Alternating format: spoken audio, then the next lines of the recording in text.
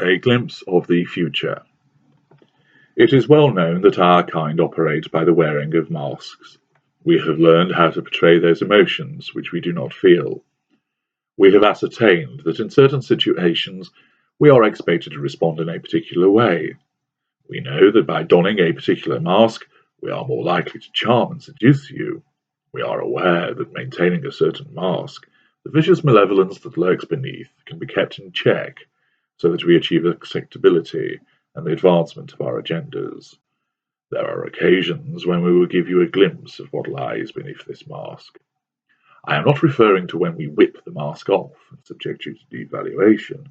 That is a purposeful and intended act on our part.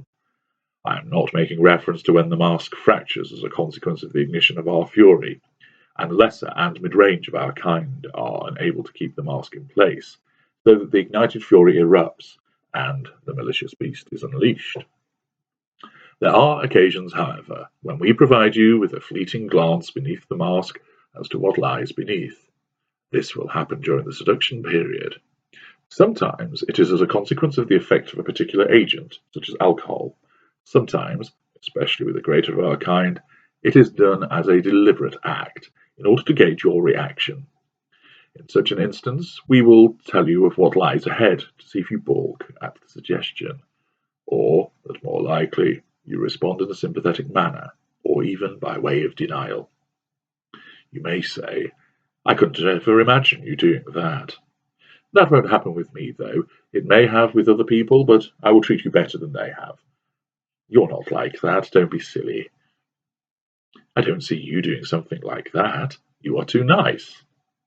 If you respond in such terms when you have been given such a warning, then this is a green light to us that we have you under our control, and that you will accord with our desires and machinations. It also allows us, when we eventually behave in the manner described down the line during the devaluation, to throw it back in your face by saying, I did warn you. Why are you complaining? I was up front with you that this would happen.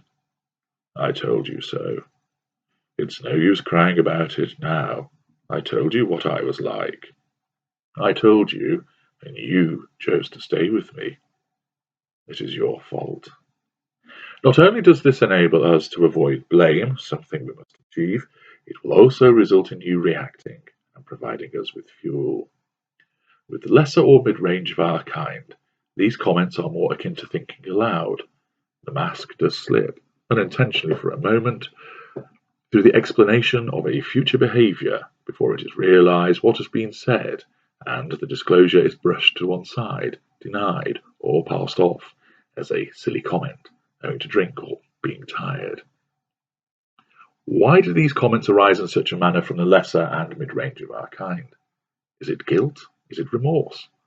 No, because those emotions are not felt by our kind. It arises from a lack of control.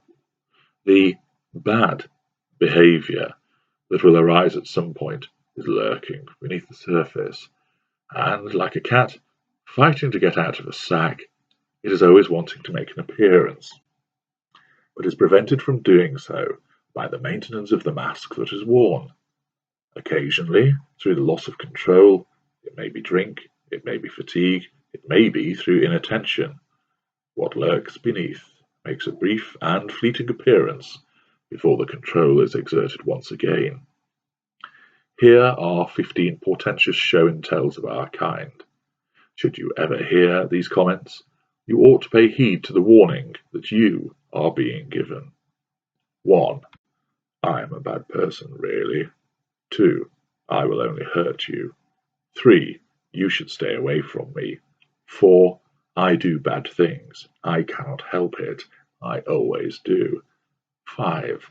I will make you wish you had never met me. 6. It will go wrong. It always does. 7. You will end up hating me. 8. You don't know what you are getting into with me. 9. You shouldn't do this. 10. You should leave while you can. 11. This is going to turn out badly. 12. I have to hurt people. 13. I don't want to hurt you, but I will. 14. I just want to fit in. 15. I'm not what you think I am.